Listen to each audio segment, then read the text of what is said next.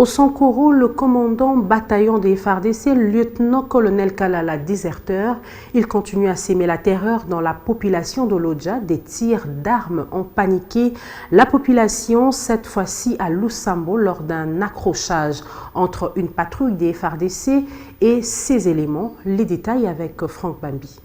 D'après quelques habitants de Lusambo joints au téléphone, une panique générale a été observée samedi sur l'ensemble de la ville.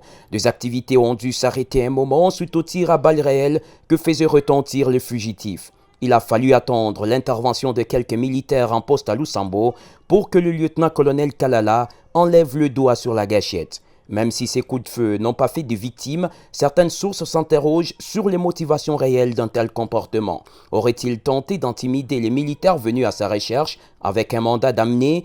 Pas de certitude pour l'instant, mais ce qui est vrai, c'est que la justice militaire a émis un mandat d'amener contre le commandant des FARDC à Lodja, document remis au commandant région pour exécution. Étant donné la gravité des faits imputés à ces commandants bataillons, la justice militaire regrette qu'il ne soit pas maîtrisé jusqu'à ce jour afin qu'il réponde de ses agissements. À quelques jours de l'ouverture de la session ordinaire de septembre à l'Assemblée provinciale du Sankoro, d'aucuns redoutent déjà l'instauration d'un climat de terreur à Lusambo et qui aurait pour but d'empêcher la tenue des plénières. Le gouvernement provincial et une frange des députés provinciaux se regardent toujours en chien de faïence dans cette partie du pays.